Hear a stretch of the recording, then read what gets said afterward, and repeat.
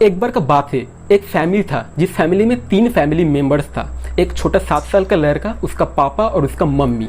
तो क्या है कि उसके पापा के साथ उसके मम्मी का हर दिन रात झगड़ा होता था। मतलब छोटे से छोटे कोई चीज़ को भी लेकर भी उनके अंदर झगड़ा होता था। और ये एक रोज़ का नाटक हो गया था। तो क्या हुआ, एक दिन उसके पापा और उसके मम्मी के साथ बहुत एक बड़ा झगड़ा हुआ।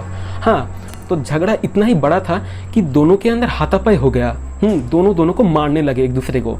तो क्या हुआ, तो गुस्से में आकर जो पति था उसका, उस औरत का जो पति था, वो किचन से एक चाकू ले आया और अपनी पत्नी को ऐसे पकड़ा और चाकू से उसके सीने के ऊपर बहुत जोर से वार करने लगा गुस्से में आकर। और हाँ, जब उसका गुस्सा ठंडा हुआ बाद में, तो देखा तब तक उसका जो पत्नी है वो मर चुका था और वो डरने लगा। तब वो क्या करेगा, तो उसके बाद उसके दिमाग में एक आइडिया आया कि वो अपने पत्नी का जो बॉडी है उसको दफन कर देगा सिमेट्री के अंदर। तो वो आदमी का जो घर था उसके पीछे वाले मकान में उसका एक पार्किंग गैरेज था। तो गैरेज में से उसने अपने गाड़ी को निकाला, अपने डिक्की के पीछे वाले जो डिक्की है उसके अंदर अपनी बीवी को पॉलीथीन में मोड़ के उसको ऊपर रख दिया और उसके बीवी को ले गए सिमेट्री के अंदर। तो उसके बाद क्या हुआ कि सिमेट्री में जाके वो एक बड़ा सा गड्ढा खोड़ा और गड्ढे को खोद के वो अपने बीवी को उसके अंदर फेंक दिया और फेंक के मिट्टी को उसके ऊपर डाल दिया और दफन करके उसी कार से वापस घर में लौट आया। तो ऐसे बहुत दिन चलते रहा।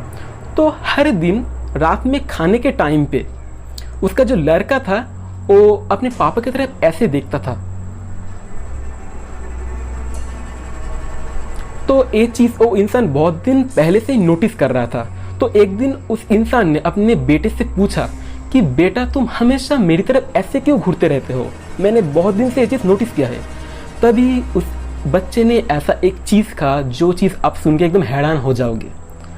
उस बच्चे ने तभी अपने पापा से पूछा, पापा, आप हर समय मम्मी को अपने कंधे पे लेके क्यों घूमते रहते हो, मम्मी आपके कंधे के ऊपर बैठा हुआ है। तो तभी उसका पापा का रिएक्शन आप समझ ही चुके होंगे। और उसके बाद जो चीज यहाँ पर हुआ वो आप इमेजिन कर लो। बूम।